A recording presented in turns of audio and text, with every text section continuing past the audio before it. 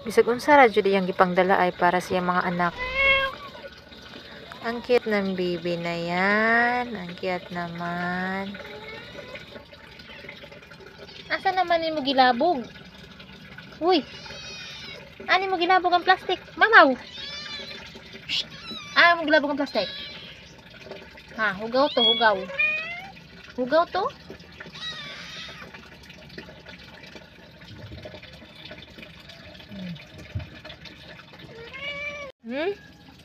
Come on. Di mo gud makaon ng plastic. Anong ikaon man to nimo? Ha? Uy. Anong ikaon nimo ang plastic?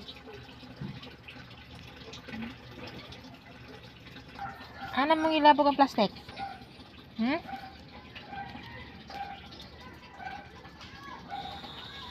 Feel at home talaga tong pusa na to.